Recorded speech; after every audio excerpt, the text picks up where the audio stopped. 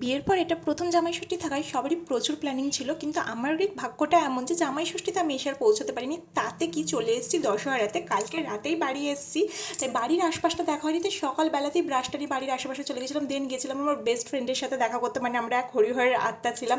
জামাই ষষ্ঠীতে না আসার পর থেকে সে বারবার ফোন করছে, জিজ্ঞাসা করছে কবে আসবে, কিন্তু তাকে আমি বলিনি দশহরাতে আসবে, তাই সে তো একদম অবাক হয়ে গেছিলো। দেন বাড়ি এসে দিকে মাও আমি সবাই মিলে জমিয়ে রান্নাবান্না শুরু করেছি।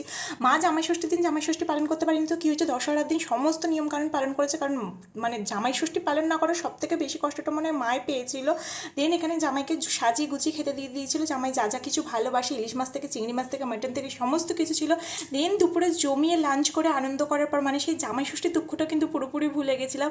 এসেছিল জমিয়ে বৃষ্টি, আর এই বৃষ্টিটা মনটা আরও ভালো করে দিয়েছিল। সেই মাটি ভেজা গন্ধ আলাদাই শান্তি। দেন চলে গেছিলাম সন্ধ্যাবেলাতে